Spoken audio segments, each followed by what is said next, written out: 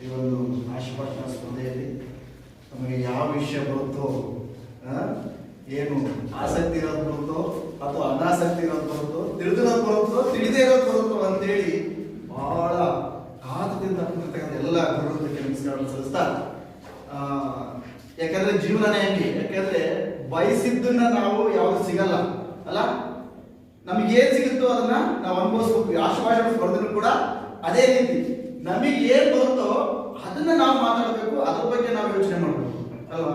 ಆ ರೀತಿ ಈ ಒಂದು ಆಶೀರ್ವಾದ ಸ್ಪರ್ಧೆಗೆ ನನಗೆ ಬಂದಂತ ವಿಷಯ ದೇಶ ಪ್ರೇಮ. ನೋಡಿ, ದೇಶ ಪ್ರೇಮ ಅಂತಕ್ಕಂಥದ್ದು ಇವತ್ತು ಎಲ್ಲರ ಹೃದಯದಲ್ಲಿ ಬೆಳೆಯಬೇಕಾಗ್ತಕ್ಕಂಥ ವಿಷಯ.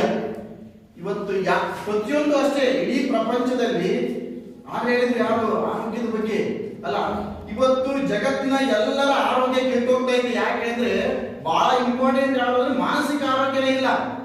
ಎಲ್ಲರೂ ಯಾವ ಆರೋಗ್ಯಕ್ಕೆ ಯೋಚನೆ ಮಾಡ್ತಾರೆ, ದೈಹಿಕ ಆರೋಗ್ಯಕ್ಕೆ ಯೋಚನೆ ಮಾಡ್ತಾರೆ, ಆದ್ರೆ ಮಾನಸಿಕ ಆರೋಗ್ಯ ಇಲ್ಲ. ಯಾಕೆ ಅಂದ್ರೆ ಎಲ್ಲರ ಹೃದಯದಲ್ಲಿ ದ್ವೇಷ ಪ್ರೇಮ ಉಂಟಾಗ್ತಾ ಇದೆ, ದೇಶ ಪ್ರೇಮ ಬರ್ತಾ ಇದೆ.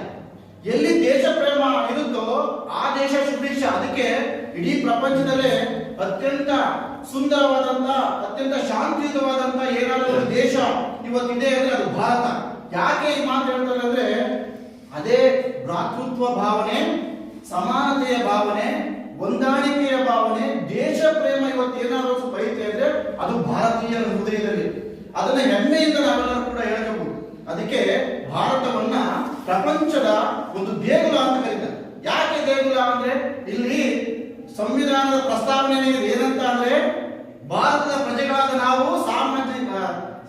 ಸಾರ್ವಭೌಮ, ಸಾಮಾಜಿಕ, ಆರ್ಥಿಕ ಅಲ್ಲ ಪ್ರಜಾಸತ್ತಾತ್ಮಕ ಒಂದು ಗಣರಾಜ್ಯವನ್ನಾಗಿ ರೂಪಿಸುವುದಕ್ಕಾಗಿ ಸಾಮಾಜಿಕ, ಆರ್ಥಿಕ, ಶೈಕ್ಷಣಿಕ ಎಲ್ಲದೂ ಕೂಡ ಸಮಾನತೆಯನ್ನ, ಭ್ರಾತೃತ್ವವನ್ನ ಹೊಂದುತ್ತೀವಿ ಅಂತೇಳಿ ಏನ್ ಮಾಡಿದ್ರೆ ನಮಗೆ ನಾವೇ ನೋಡಿ ಕೊನೆಗೆ ಸಾಲಿದೆ ಏನಂತಂದ್ರೆ 1949 ಇಸವಿಯ ನವೆಂಬರ್ ತಿಂಗಳ 26ನೇ ದಿನದಂದು ಈ ಸಂವಿಧಾನವನ್ನು ನಮಗೆ ನಾವೇ ಅರ್ಪಿಸಿಕೊಂಡು ಅಂಗೀಕರಿಸಿ ಶಾಸನವಾಗಿ ವಿಧಿಸಿಕೊಂಡಿದ್ದೇವೆ ಅಂತ. ನೋಡ್ರಿ, ಯಾರು ಕೂಡ ನಮಗೆ ವಿಧಿಸಿಲ್ಲ, ಅಥವಾ ಯಾರು ಬ್ರಿಟಿಷರು ಹೋದಾಗ ಏನೋ ಅಂತ ವಿಧಿಸಿ ಹೋಗಿಲ್ಲ ಅಲ್ವಾ. ನಮಗೆ ನಾವೇ ವಿಧಿಸಿಕೊಂಡಿರ್ತಕ್ಕಂಥ ಶಾಸನ ಏನು ಅಂದ್ರೆ ದೇಶ ಪ್ರೇಮ ಮೂಡಿಸ್ಕೋಬೇಕು ಅನ್ನೋದು. ನಾವೆಲ್ಲರೂ ಒಂದೇ ಅನ್ನೋದೇ, ನಾವೆಲ್ಲರೂ ಭಾರತೀಯರು ಅಂತಕ್ಕಂಥದ್ದು ಮಾತ್ರ ನಮಗೆ ಇರಬೇಕು. ನೋಡಿ, ಆಗಲೇ ಸ್ವಾಮಿ ವಿವೇಕಾನಂದರ ಬಗ್ಗೆ ನಮ್ಮ ಜ್ಯೋತಿ ಮಿಸ್ ಮಾತಾಡಿದ್ರು. ನಿಜಕ್ಕೂ ನಮ್ಮ 5ನೇ ತರಗತಿಯಲ್ಲಿ ಒಂದು ಗ್ರೇಟ್ ಕೋಚ್ಮೆನ್ ಅಂತ ಒಂದು ಪಾಠ ಇದೆ ಅಲ್ಲ, ದೇಶ ಪ್ರೇಮ ಅಂತಕ್ಕಂಥದ್ದು ಹೆಂಗಿರ್ಬೇಕು, ತಾಯಿಯಂದ್ರು ಪ್ರತಿಯೊಬ್ಬರು ಹೆಂಗ್ ಬೆಳೆಸ್ಬೇಕು ಅಂತಕ್ಕಂಥದ್ದನ್ನ ಆ ಒಂದು ಮಗು ಒಂದು ಕುದುರೆ ಬಂಡಿಯಲ್ಲಿ ನಡೆದು ಬಂದ ತಕ್ಷಣ ತಾಯಿ ಹೇಳುತ್ತೆ, ಅಮ್ಮ ನಾನು ಈ ತರ ಡ್ರೈವರ್ ಆಗ್ಬೇಕು, ಈ ಕುದುರೆ ಬಂಡಿ ಓಡಿಸಲಾಗಬೇಕು ಅಂದ ತಕ್ಷಣ ಆಯ್ತು ನೋಡಿ, ಬೇರೆ ತಾಯಿ ಹತ್ರ ಆಗಿದ್ರೆ ಪಟ್ ಅಂತ ಹೊಡೆದು ಯಾವ ಮನೆಯವನು ಕುದುರೆ ಗಾಡಿಸಿ ಓಡಿಸಲಾಗ್ತೀನಿ ತಪ್ರ ಹೊಡೆದು ಬಿಡ್ರನು ತಾಯಿ ಹೇಳ್ತಾಳೆ. ನೋಡಿ, ಅದಕ್ಕೆ ದೇಶ ಪ್ರೇಮ ಅನ್ನೋದು ಎಲ್ಲರ ತಾಯಿಯ ಹೃದಯದಿಂದ ಹೆಂಗೆ ಮಕ್ಕಳನ್ನು ಬೆಳೆಸ್ಬೋದು ಅಂತಕ್ಕಂಥ. ಆಯ್ತಪ್ಪ, ನೀನು ಆದ್ರೆ ಡ್ರೈವರೇ ಆಗು, ನೀನು ಆಗು, ಸಾರಥಿನೇ ಆಗು. ಎಂತ ಸಾರಥಿ ಆಗ್ಬೇಕು? ಶ್ರೀಕೃಷ್ಣನಂತ ಸಾರಥಿ ಆಗು, ಜಗತ್ತಿಗೆ ಶಾಂತಿಯನ್ನ ಕೊಡ್ತಕ್ಕಂಥ ಸಾರಥಿ ಆಗಬೇಕು ಅಂತ ಒಂದು ಬೀಜವನ್ನು ಬಿಡ್ತಾಳೆ. ಅದಕ್ಕೆ ಆ ಸ್ವಾಮಿ ವಿವೇಕಾನಂದರು ಕೇವಲ 39 ವರ್ಷ ಅಷ್ಟು ಬದುಕಿದ್ದು ಅಲ್ಲ, ಅದುವರೆಗೆ ಯಾರಿಗೂ ಪರಿಚಯ ಇರಲಿಲ್ಲ. ಆದ್ರೆ ಆ ಬೇರೆ ದೇಶಕ್ಕೆ, ಅಮೆರಿಕಕ್ಕೆ ಹೋಗಿ ನಮ್ಮ ದೇಶದ ಭ್ರಾತೃತ್ವ ಭಾವನೆಯನ್ನ, ದೇಶ ಪ್ರೇಮವನ್ನ ಇಡೀ ಪ್ರಪಂಚಕ್ಕೆ ಗೊತ್ತಾಗ ಮಾಡಿ ಒಂದೇ ಮಾತು ಅಲ್ಲ, ಅಮೆರಿಕದ ಸಹೋದರ ಸಹೋದರಿಯರೇ ಅನ್ನೋ ಒಂದು ಮಾತಿಗೆ 5 ನಿಮಿಷ ಚಪ್ಪಾಳೆ ತಗೊಂಡಲ್ಲ.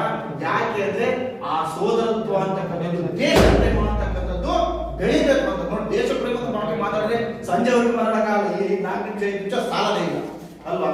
ನಾವೆಲ್ಲರೂ ಕೂಡ ಇವತ್ತು ಪ್ರತಿಯೊಬ್ಬರ ಹೃದಯದಲ್ಲಿ ದೇಶ ಪ್ರೇಮ ಬೆಳಿಬೇಕು. ಜೊತೆಗೆ ನಮ್ಮ ಮಕ್ಕಳಿಗೆ ಯಾಕೆ ಸಂವಿಧಾನದ ಪೀಠಿನ ಪ್ರತಿದಿನ ಹೇಳಿಸ್ತಾ ಇದ್ದೀವಿ ಅಂದ್ರೆ ಆ ಸಾಮಾಜಿಕ ಎಲ್ಲರೂ ಸಮಾನತೆ ಇರಬೇಕು, ಜಾತಿ ಭೇದ ಹೋಗ್ಬೇಕು ಅನ್ನೋದು ಎವ್ರಿಡೇ ಪ್ರೇರಣೆ ಬರಬೇಕು, ಹೃದಯದಲ್ಲಿ ಮೂಡಬೇಕು ಅನ್ನೋದು ಇವತ್ತು ನಮ್ಮೆಲ್ಲ ಶಾಲೆಗಳಲ್ಲಿ ಆ ಸಂವಿಧಾನದ ಪೀಠಿಕೆಯನ್ನು ಕೊಟ್ಟಿರ್ತಕ್ಕಂಥದ್ದು. ಅಂತ ದೇಶ ಪ್ರೇಮ ನಾವು ಮಕ್ಕಳಲ್ಲಿ ಬೆಳೆಸಿದ್ದಾದ್ರೆ ಖಂಡಿತ ಆ ಪ್ರಜೆಗಳು ನಾಳೆ ನಮ್ಮ ದೇಶ ಪ್ರೇಮದ ಬಗ್ಗೆ ಯೋಚನೆ ಮಾಡ್ತಾರೆ, ದೇಶದ ಒಳಿತಿಗಾಗಿ ಯೋಚನೆ ಮಾಡ್ತಾರೆ.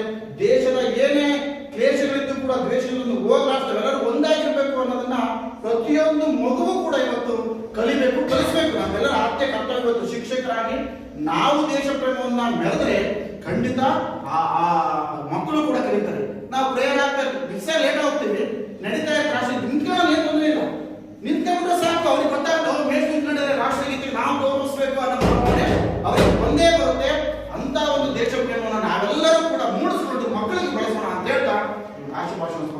ಮಾತನಾಡಲಿಕ್ಕೆ ಅವಕಾಶ ಕೊಟ್ಟಂತ ಎಲ್ಲರಿಗೂ